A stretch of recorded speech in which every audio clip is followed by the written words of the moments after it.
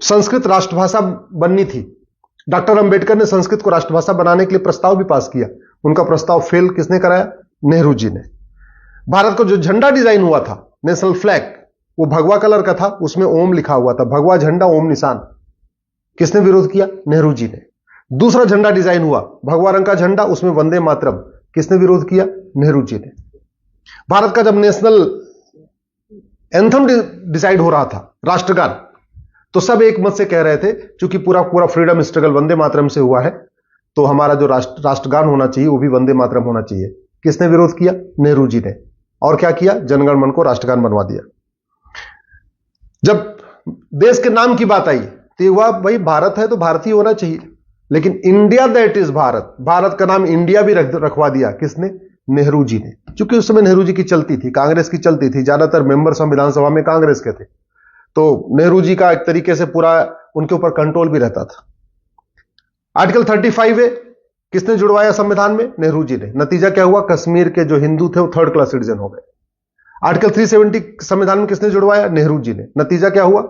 अलगाववाद बढ़ा, आतंकवाद बढ़ा, कश्मीरियों का नरसंहार हुआ, बहन बेटियों का बलात्कार हुआ, हजारों सैनिक मारे गए, हजारों हमारी बहन बेटियां विधवा हो गई, पलायन हुआ। किसके कारण? आर्टिकल 370 के कारण। संविधान का आर्टिकल 13 कहता है सारी कुरीतियां खत्म करना है, सारी कुप्रथाएं खत्म करना है।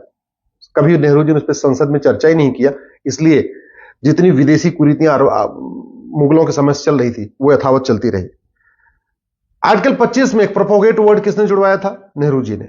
नतीजा क्या हुआ? पूरे देश में धर्मांतरण हुआ, और आज की डेट में 9 राज्यों में, 200 जिलों में, 900 तहसीलों की डेमोग्राफी बदल चुकी है। आर्टिकल 30 माइनॉरिटी का कॉन्सेप्ट किसके कहने पाया? नेहरू जी के कारण। अल्पसंख्यक बहुसंख्यक का जो खेल चल रहा है, जो तुष्टिकरण चरम पे है, वो संविधान में एक आर्टिकल 29-13 जो माइनॉरिटी शब्द आया उसके कारण है। और इसके मूल प्रणेता, इसके डिजाइनर कौन है? नेहरू जी। कभी नेहरू जी ने जो गुलामी के नाम चल रहे हैं भारत में, उसको हटाने का प्रयास नहीं किया। एक भी गुलामी का नाम नेहरू परिवार ने नहीं हटाया। एक भी गुलामी का निशान काशी, मथुरा, भद्रकाली, भोजशाला, अटाला, अयोध्या, जितने भी है, एक भी जो गुलामी के निशान है उसको रिस्टोर करने की प्रयास नहीं किया। एक भी गुलामी की कुरीतियों को खत्म करने के लिए नेहरू जी ने कोई प्रयास नहीं किया। एक भी गुलामी की कुप्रथाओं को खत्म करने के लिए नेहरू परिवार ने कोई प्रयास नहीं किया। गुलामी की शिक्षा जो मुगलों के समय से मदरसे चल रहे थे, अंग्रेजों के समय से मिशनरी स्कूल्स चल रहे थे, उसको किसने आगे बढ़ाया? नेहरू जी ने। गुलामी की जो चिकित्सा व्यवस्था है उसको मजबूत किया, और भारत की चिकित्सा व्यवस्था को बर्बाद करने के लिए कानून किसने बनाया? 1954 में नेहरू जी ने। भारत में 1894 में लैंड एक्विजिशन एक्ट बन गया था। अंग्रेजों ने पूरे देश की जमीन मिशनरीज को बांट दिया था। मुस्लिम्स को जमीन नहीं मिली थी, हालांकि उसके पहले मुगलों समय में सारी जमीनें मुस्लिम्स को मिल चुकी थी, लेकिन फिर 1954 में वक्फ एक्ट बना के नेहरू जी ने वक्फ बोर्ड गठित कर दिया। भारत में गुलामी की पुलिस व्यवस्था बदलने के लिए कभी भी नेहरू परिवार ने प्रयास नहीं किया। गुलामी की कर व्यवस्था बदलने के लिए नेहरू परिवार ने कभी प्रयास नहीं किया। गुलामी की प्रशासनिक व्यवस्था बदलने के लिए कोई प्रयास नहीं किया। गुलामी की व्यापार व्यवस्था बदलने के लिए कोई प्रयास नहीं किया। गुलामी की नागरिक व्यवस्था बदलने के लिए कोई प्रयास नहीं किया। अंग्रेजों का जो कानून चल रहा था उसमें एक भी कानून खत्म करने के लिए कोई प्रयास नहीं किया। हां, यह किया कि चीन को, भारत की जो परमानेंट मेंबरशिप चीन को, भारत को मिल रही थी, उसको चीन को दे दिया। चीन को जमीन भी दान दे दिया, पाकिस्तान को भी जमीन दान में दे दिया, वर्मा को भी जमीन दान में दे दिया, लंका को भी जमीन दान में दे दिया। अपना नाम ऊपर करने के लिए जमीन दान करते रहे भारत की। 1975 में उनकी बेटी ने इमरजेंसी लगा दिया। 1976 में संविधान का जो बेसिक स्ट्रक्चर है वो बदल दिया। जो संविधान का प्रियम्बल है ना, उसको संविधान का बेसिक स्ट्रक्चर कहते हैं। लेकिन 1976 में इमरजेंसी के दौरान जब लोकसभा का टेन्योर पूरा हो गया था, तो संविधान का बेसिक स्ट्रक्चर, जिसको प्रियम्बल कहते हैं, उसमें बदलाव कर दिया, उसमें 2-3 नए शब्द जोड़ दिए। 1984 में अलीगढ़ को माइनॉरिटी यूनिवर्सिटी का दर्जा दे दिया। ये पहली बार हुआ था कि भारत में किसी यूनिवर्सिटी को माइनॉरिटी डिक्लेयर किया गया था, और यह काम इंदिरा जी ने किया था।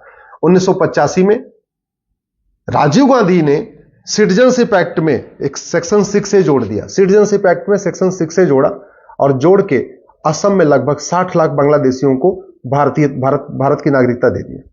याद रखिएगा, 1985 में, जब 1984 में जो चुनाव हुआ, उस समय राजीव गांधी जी को 404 सीट मिली थी, और अगले ही साल 1985 में सिटीजनशिप एक्ट में सेक्शन 6 से जोड़ दिया और असम में लगभग 60 लाख बांग्लादेशियों को नागरिकता प्रदान कर दिया।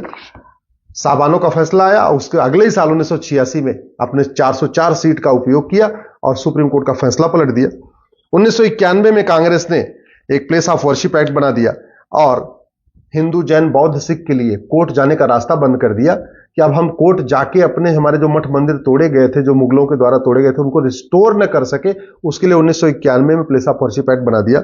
हिंदुओं को आपस में बांटने के लिए, हिंदुओं को, हिंदू, जैन, बौद्ध, सिख को आपस में बांटने के लिए और मुस्लिम और क्रिश्चियंस को विशेष फायदा पहुंचाने के लिए 1992 में माइनॉरिटी कमीशन एक्ट बना दिया। 1995 में जो वक्फ एक्ट नेहरू जी ने बनाया था 1954 में, उसको वापस लिया और बहुत ही खतरनाक 1995 में वक्फ एक्ट बना दिया। उसके बाद फिर 2004 में national commission minority education institution act बनाया और उसके बाद अलीगढ़, पहली बात 1984 में अलीगढ़ यूनिवर्सिटी को माइनॉरिटी का दर्जा दिया।